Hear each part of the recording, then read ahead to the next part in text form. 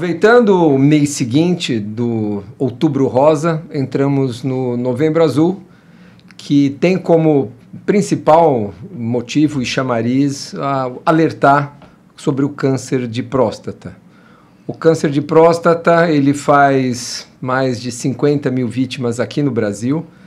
É o segundo câncer mais comum entre homens, só perde para o câncer de pele e não melanoma, e que vem aumentando sua incidência fruto, obviamente, do aumento da expectativa de vida. Era uma doença rara no passado porque as pessoas morriam antes, e hoje a sobrevida aumentada de nós todos nos faz encontrar com câncer de próstata com muito mais frequência do que no passado, e olha, com uma grande desigualdade no mundo. Para falar sobre esse assunto, nós temos a honra aqui e o privilégio no R3K, né, Rosana, oficial, Sua Saúde, nossa especialidade, de nós termos aqui um grande especialista no assunto, Dr. Wagner Matheus. Ele é professor da Unicamp e preside a Sociedade de Urologia do Estado de São Paulo. Wagner, seja muito bem-vindo, obrigado por estar conosco aqui no Novembro Azul. Muito obrigado pelo convite, é um prazer estar aqui na R3K, Renato, Rosana, e é um prazer falar sobre o Novembro Azul, esse é um mês muito importante para a urologia. A gente fala muito sobre esse assunto, é o que nós vamos conversar aqui. Eu sou presidente atualmente da Sociedade Brasileira de Urologia Seção São Paulo, e nós temos várias campanhas, várias ações que estão ocorrendo nesse mês importante para nós. Ou seja, valorizando mais a sua presença aqui, que sua agenda não deve estar fácil. Esse mês é pesado. Pesado. Imagina. Bom, mas começando do princípio mesmo, né? Vamos começar explicando o que é o câncer de próstata. Bom, antes disso, né? A próstata, né? Onde fica a próstata? Né? Que tem muita gente que nem sabe direito onde que fica a próstata, por que esse câncer é importante. Eu acho que é importante explicar essa anatomia. A próstata, ela se localiza embaixo da bexiga. E o canal da uretra passa no meio da próstata. Então, ela tem uma função muito importante, masculina, no sentido de controlar a urina. Eu sempre falo no consultório, os homens, quando envelhecem, prendem a urina. As mulheres, quando envelhecem, perdem a urina, pelo fato de não ter a próstata. Sem contar no aspecto sexual. Então, a próstata é responsável pela ejaculação e ao lado dela passam feixes que vão ser responsáveis pela ereção. Olha o tanto que é importante a próstata na parte masculina. Então, essa glândula é exclusiva de homem, mulheres não têm, o sistema genital delas é totalmente diferente. E é uma glândula que, com o envelhecimento, ela aumenta. E como você já falou no começo, a ocorrência de neoplasias, câncer, é muito comum também no envelhecimento. Mas tem o aumento que não é câncer, o aumento benigno da próstata. Isso é importantíssimo a gente deixar claro. Existe a hiperplasia prostática benigna, que é muito comum no nosso consultório. Uhum. Isso daí é muito frequente. Que aumenta com a idade também. Exato. Depois dos 50 anos, quase todos os homens têm um grau de hiperplasia prostática. Se chegar até os 80, 90 anos, todos terão hiperplasia prostática. O que pode acontecer é de manifestar sintomas ou não. Então, aí depende um pouco da hereditariedade. Se essa próstata cresce muito, se ela obstrui dá sintomas, aí o homem vai reconhecer isso daí. Mas, paralelamente a isso, nós temos o câncer.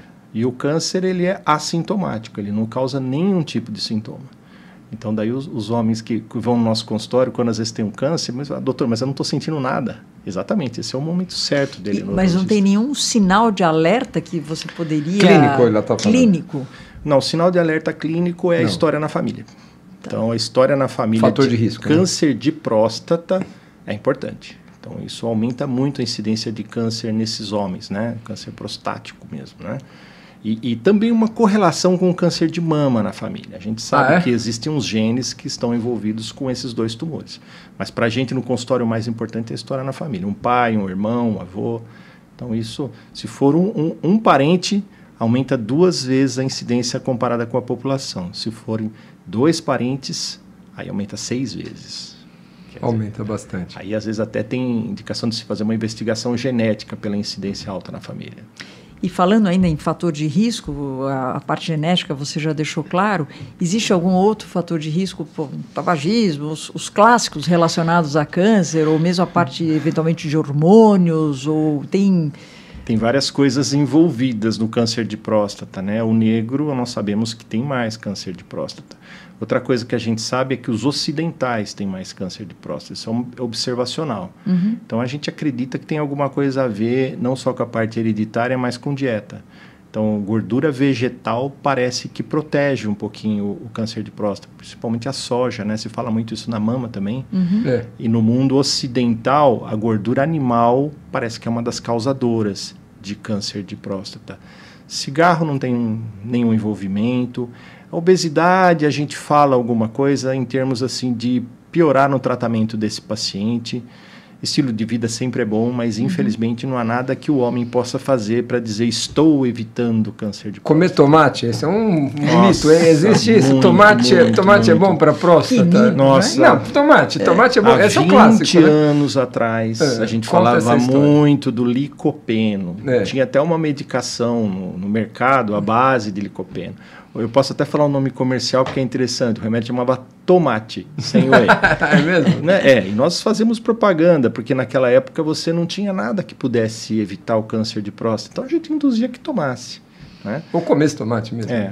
Aí também saíram algumas medicações nessa linha do licopeno, dos inibidores da 5-alfa-redutase, né? A finasterida, que o pessoal usa para queda de cabelo, hoje substituída pela dutasterida. Mas assim, não tem nenhuma comprovação que se tomar esses dois remédios vai ter menos câncer de próstata. Não tem. Não tem tomate, não tem inibidor, não tem nada que vai evitar o câncer de próstata. Isso é importante deixar claro. Aí outra coisa que é importante, né? A gente falou de gordura vegetal, não adianta o cara virar vegetariano também. Isso não, infelizmente. Isso também a dieta não vai evitar, né? Os bons hábitos de qualquer câncer, atividade física, não fumar, é isso aí. Parece que é a única coisa... Médico chato, né? Que fala isso todo dia. Né? Então, se eu estou entendendo, né? E de um lado, ainda bem que eu não tenho próstata para me preocupar, mas, então, do ponto de vista clínico, eu não tenho muito como desconfiar, claro, eu não tenho os fatores aí mais genéticos. Então, do ponto de vista de diagnóstico, para a gente realmente constatar, ainda mais em Novembro Azul, que é exatamente para isso, fala um pouco a partir de que idade o homem deve começar a se preocupar e como ele deve procurar, em termos de diagnóstico, o câncer de próstata. O homem deve procurar o urologista depois dos 50 anos de idade, para avaliar a saúde da próstata. E o urologista sempre tem em mente, tem hiperplasia, vamos investigar se tem câncer de próstata. Essas duas doenças sempre estão na mente do urologista. E, como nós dissemos, esses sintomas clínicos de dificuldade para urinar, jato fino, ir ao banheiro várias vezes, acordar à noite, isso é da hiperplasia. Isso é próstata aumentada que fecha o canal urinário. Como dissemos, o câncer de próstata não tem esses sintomas, mas está no radar do urologista durante a consulta. Pensando no câncer de próstata, o que a gente faz? O toque, que faz parte do exame físico, né? Um exame simples, demora menos que 10 segundos, né? E o PSA. Hoje em dia existe uma corrente forte de colegas urologistas que não estão fazendo toque retal. A Sociedade de Urologia ainda recomenda o toque. Faz parte do exame físico, nós vamos estar avaliando o tamanho da próstata, consistência, não só procurando nódulos, não só procurando câncer, avaliar a saúde da próstata. Então começa por aí, toque e PSA. O PSA é uma proteína que tem no sangue muito importante que mudou a história do câncer de próstata. Foi descoberta na década de 90 e a gente percebeu, depois de 2000, quanto se detectou de tumor de próstata precoce. Na década de 90 não tinha isso. O câncer chegava avançado já quando diagnosticado. Nada melhor do que ter um marcador para você monitorar a presença de um tumor ou não. A gente tem tantos cânceres aí sem nenhum marcador, né, sem nenhum exame que a gente possa fazer, um câncer de pâncreas e outros cânceres que a gente não detecta. E é um exame de sangue simples, barato, que pode ser feito por qualquer um, enfim, é simples de... Então, a sua sugestão, a partir de 50, ir ao urologista, ver a saúde da sua próstata. E se ele tem antecedente familiar, baixa essa idade? Exato, 45 anos de idade. 45 anos para quem tem alguém na família, provavelmente com câncer de próstata. É a regra que nós utilizamos. E aí ele vai monitorando esse tal do PSA, que é uma proteína do sangue, e essa oscilação aumenta ou existe um mínimo valor de normal? Quanto que é anormal? Como é que a gente lida com esses números? Aquelas perguntas difíceis, né? Qual que é o valor de corte de um exame, né? Vocês têm a mesma dificuldade no seu dia a dia, né? Não, mas é para quem está nos ouvindo entender um pouco. O valor considerado normal é 4. É 4. Raso, né? Agora, se é um paciente mais jovem, com menos de 55 anos, 2,5. Se é um paciente que tem uma próstata maior, ele pode ter um PSA maior. Por exemplo, eu tenho uma próstata de 20 gramas, você tem uma próstata de 100 gramas. A sua próstata é 5 vezes maior. O meu PSA esperado é 2,4. O seu é 5 vezes maior. Então é 10, né? 10 e pouco. Então olha a diferença. O urologista faz essa avaliação dessas frações do PSA. Outra coisa muito importante é a relação livre-total, é um dado a mais que a gente tem. E outra coisa interessante, muito interessante no dia a dia da urologia é ter o histórico do PSA. Porque a gente faz um filme curva, do PSA. né? Exato. Quando você tem essa elevação e ela é importante, isso é mesmo que esteja em valores normais, você pode desconfiar de câncer de próstata. Wagner, você tocou no assunto da imagem, o volume da próstata. Isso faz por ultrassom? Quando é que a gente pede um exame de imagem? Ou quando é que o médico deve pedir para a gente, ou a gente deve procurar ver o tamanho por um ultrassom, por uma ressonância? Que exame fazer de imagem, em que situação? Para o dia a dia do urologista, o ultrassom é suficiente. Então ele avalia as condições da próstata, a hiperplasia. Para a hiperplasia ele é perfeito.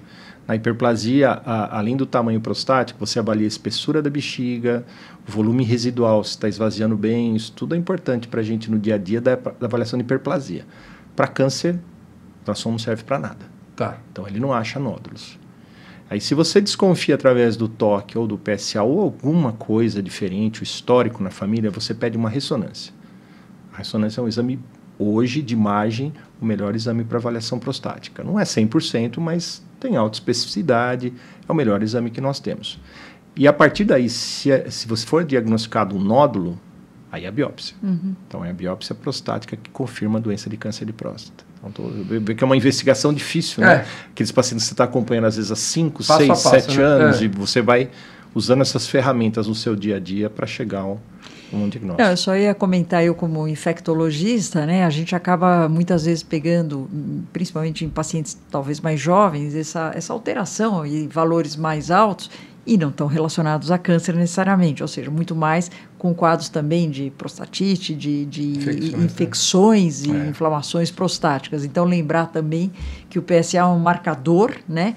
E ele também pode, eu queria que você comentasse as outras situações, porque às vezes tem alguém ouvindo a gente e fala, não, então já fica assustado, preocupado, né? Assustado. Então eu queria a tua observação sobre isso, em que situações isso pode acontecer sem ser câncer.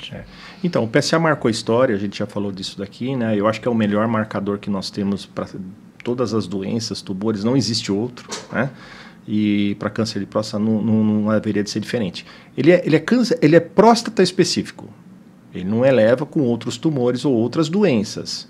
Ele se eleva com doenças da próstata, que são 3, que é câncer, hiperplasia e infecção, prostatite. E é interessante porque quando você tem um PSA normal, aí dá uma disparada, vai para 70, 80 e baixa, né? Lógico, baixa com o tempo. Isso é sinal de prostatite, se tiver sintomas urinários agudos. Então, tem que fazer esse raciocínio. É um excelente marcador, apesar de todas as controvérsias. A gente sabe que ele tem críticas, como tudo hoje em dia, né? Claro. Mas é um excelente marcador. Mas vamos lá, vamos para o tratamento. Nós já vimos que sintomas não tem, é importante a prevenção. Eu acho que isso é o primeiro recado que a gente deixa aqui, já que tem que consultar, tem que dosar, tem que buscar esse marcador. E aí eu fiz o diagnóstico de um câncer, de um tumor lá pela ressonância, pela biópsia. Estou com câncer de próstata. Existem vários tipos, né? Mas o mais comum acho que é o adenocarcinoma de próstata, né? E aí eu vou para o tratamento. Que tratamentos eu tenho hoje? Tira a próstata, não tira? É rádio, é quimioterapia? Tira um pedaço da próstata, tira ela inteira? Quais são os tratamentos hoje disponíveis para o câncer de próstata? Então, essa é a beleza da medicina, né? A arte da medicina. Para a gente fazer um tratamento adequado para o paciente, nós temos que classificá-lo. Embora câncer de próstata sejam todos adenocarcinoma 99%, eles têm uma variação muito grande.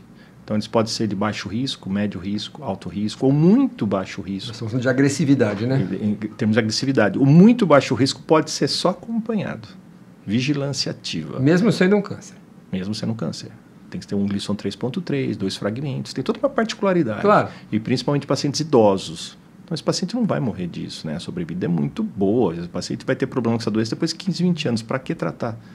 Então, mas o que é mais preconizado hoje em dia? E é o melhor tratamento? É aquele paciente que chega com uma doença localizada, foi detectado precocemente. Sem metástase. Sem metástase. e esse paciente é submetido à cirurgia. Esse é o melhor tratamento que tem, é o mais realizado no mundo, não é aqui no Brasil, no mundo. Aí tem as formas de se realizar, a robótica é a que mais se faz. No interior do Brasil a gente faz muita laparoscópica, eu faço muita laparoscópica em Campinas, ali na região de Campinas. Só para quem está nos ouvindo, laparoscópica é colocar lá os tubinhos e fazer uma laparoscopia. E a robótica, é um robô que opera? É a mesma coisa, as duas são laparoscópicas. Sim, tá? mas é só para quem está nos ouvindo. A robótica é uma laparoscópica robô assistida. Então, a diferença, e essa diferença, eu coloco dessa forma para as pessoas entenderem, a laparoscópica é manual. Então, o cirurgião consegue manusear duas pinças, né? O braço direito e esquerdo. Então, com 4 braços, eu necessito de um auxiliar bom que vai na câmera e no outro cáter, quando eu não necessito de um 5º braço, né? Um segundo auxiliar. O robô não. O robô eu coloco 4 braços e eu manuseio esses 4 braços eu mesmo. Ou seja, eu estou entendendo que por robótica é mais preciso do ponto de vista de, inclusive, pensando no prognóstico desse paciente. Você tem uma técnica cirúrgica mais adequada, cirurgia mais bonita, cirurgia mais limpa, sangra menos, as anastomoses e suturas ficam mais adequadas. Então, tecnicamente, das 3, aberta, laparoscópica e robótica, é a que você executa uma melhor técnica cirúrgica, não tem dúvida disso. Muda o prognóstico? Então, isso nós não temos comprovado na literatura. Tá? Então, existe um único estudo australiano que mostrou vantagens em mão habilitada de cirurgiões que já tinham mais que 200 cirurgias, que tinham melhor resultado de continência, de controle urinário, de potência e até resultado oncológico de retirar e deixar sem margem. Mas assim, a gente acredita que está caminhando para isso. Os cirurgiões estão sendo treinados para isso. Então, quanto mais ele fizer, mais habilitado, melhor a ressecção, melhor a preservação daqueles nervinhos que nós falamos no começo, que vão ajudar na ereção, na relação sexual. Então, a gente acredita que sim. Mas os resultados, ainda temos estudos comparativos que mostram que a cirurgia laparoscópica também é boa, quando bem executada, e a cirurgia aberta também, se for executada por um bom cirurgião, é uma técnica muito boa. Então, não deve ser proscrita, porque no Brasil muita gente ainda faz cirurgia aberta e laparoscópica. Claro, não tem robô. E além da cirurgia, dependendo, óbvio, da gravidade, da extensão, você complementaria, em alguns casos, com algum outro tipo de terapia, rádio e... Essa é uma sequência boa, que o urologista gosta, né? Porque se você fizer uma cirurgia e vier no anatopatológico uma doença mais agressiva, você complementa com radioterapia. Isso acontece em aproximadamente 30% dos nossos pacientes. Então, você vai mandar aquela peça de próstata para análise, então nós vamos ter uma noção exata do que está acontecendo e o grau daquela doença, o estadiamento, classificação e tudo mais. Então, aí nós podemos complementar com radioterapia e uma hormonioterapia temporária.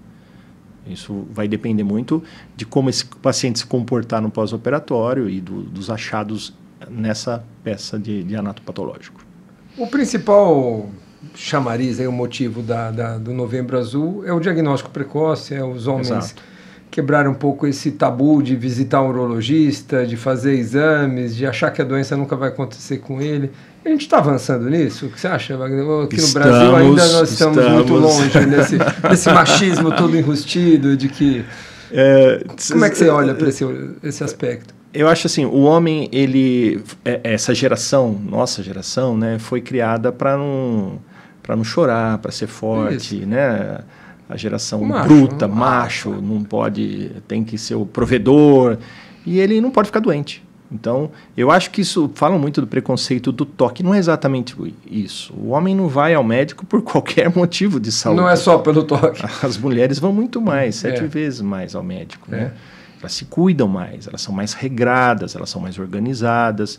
Eu acho que tem um pouco a ver também com a amamentação, ter filho, a menstruação. Elas começam mais cedo no ginecologista. E o homem não tem esse conceito, essa organização como as mulheres têm. Cuidado com a saúde. Exato. Por isso que eu acho que as mulheres são importantes na vida dos homens, né? a esposa. Também por isso, né? Isso que eu Também falo, por isso. Só por isso. Não. Não me entenda mal. Por isso, nessa questão Isso, Novembro Azul. isso. Estamos brincando, nós entendemos. Quando eu tenho mulheres na plateia, eu gosto, porque a gente tem um estudo na Unicamp que a gente mostrou que a maior parte das vezes quem marca as consultas dos homens são as mulheres. São as mulheres. Mais 50%. Quem leva eles para vacinar também são as mulheres, quem cuida da saúde deles são as mulheres. Em geral, isso que é acontece.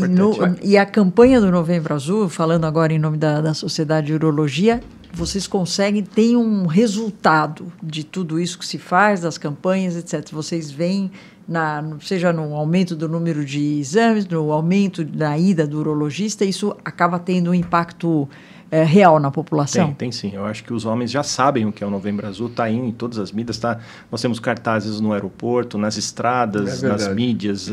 Então ele ouve falar sobre isso. Não é que... É interessante que os pacientes às vezes vêm fazer o exame no mês de novembro. Não é essa a intenção. É novembro falar mais sobre próstata, né?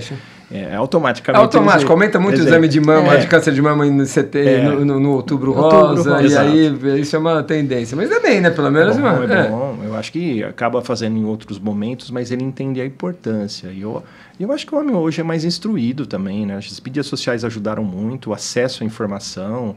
Então, eu acho que as nossas campanhas elas vão nesse sentido. A Sociedade Brasileira de Uro tem essa preocupação no Brasil inteiro. E, inclusive, com uma pesquisa agora recente, mostrando isso que a gente está falando aqui, né? Que o homem ele não vai ao médico, ele não cuida da saúde, que ele tem que cuidar mais. Então, a gente precisa ficar batendo nesse ponto. Sobre isso mesmo. O Instituto Lado a Lado, né, pela Vida, que acabou criando o Novembro Azul, a Marlene, nosso abraço aqui, Marlene Oliveira, que está sempre à frente dessas campanhas. Eu acho que esse é um mês que a gente deve lembrar para a saúde do homem. O câncer de próstata é uma delas, né? Mas a gente tem que lembrar que é isso que você falou, o homem precisa ir mais ao médico, medir sua pressão, controlar seu diabetes, tratar seus problemas de saúde como a mulher faz. Nós estamos muito longe disso, ao meu ver. Né? Caminhando, mas é isso. Muito bom, eu acho que uma conversa ótima, Wagner, só posso agradecer todas as informações que você deu, não só informações, mas os alertas, né, que são fundamentais, porque, lógico, a gente vê no próprio podcast que o interesse, em geral, é mais feminino do que masculino quando você fala em saúde. Podcast em saúde, Podcast em saúde. Então, isso também dá aí, de novo, a importância das mulheres, né, que seguramente elas acabam passando as informações e marcando as consultas e assim vai. Então, muito obrigada pela tua presença aqui com a gente. Quem quiser seguir o Dr. Wagner, né? Então, ele está no Instagram, no @drwagnermatheus, Wagner com W, Mateus com H, .uro. E da mesma maneira, esse episódio tão importante, conversar com as pessoas que estão ao redor de vocês, no nosso @R3K oficial e nos nossos pessoais, né, Renato? Fala Renato Kifuri, Rosana Richman, e obviamente nos tocadores de podcast aí, no Spotify, no YouTube. Esse episódio vai estar aí disponível para todos ouvirem e acompanharem. Que o Novembro Azul não seja só em novembro, né? Que azul seja o ano todo, né? Eu gostaria de deixar o convite também para acessar o nosso site da Sociedade Brasileira. Lógico. A Sociedade Brasileira de Urologia, Seção São Paulo, SBU-SP. A gente tem nossa campanha, hashtag Minha Saúde no Azul. Boa. Então, acho que por lá nós podemos oferecer mais informações. Quem quiser fazer, quem quiser acessar isso, nós estamos totalmente disponíveis. Não só o mês de novembro, mas todos os outros. A gente tem várias campanhas e projetos, como vocês disseram, não só de educação continuada na urologia, que esse é o foco mais importante, mas a gente percebe hoje que as informações para a sociedade, para a população, para o público leigo. Nós tivemos até um congresso recente que nós estávamos com o público leigo lá participando, com chats e tudo mais. Tá? Repete de novo o site? SBU-SP. SBU-SP. SBU, Sociedade Brasileira de Urologia, -SP de São Paulo. Obrigado, Wagner, mais uma vez. Eu que agradeço vocês dois pela gentil entrevista. Obrigado.